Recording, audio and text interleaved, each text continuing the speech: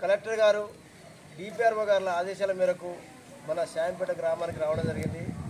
పరిసరాలు విస్తారంగా కురుస్తున్న ఈ సందర్భంగా ఈగలు దోమల బారిన పడి రోగాల బారిన పడి పరిసరాల పరిశుభ్రతను పాటించాలని చెప్పి ఈ సందర్భంగా తెలియజేస్తూ శాలిని నోట ఒక అద్భుతమైన పాట.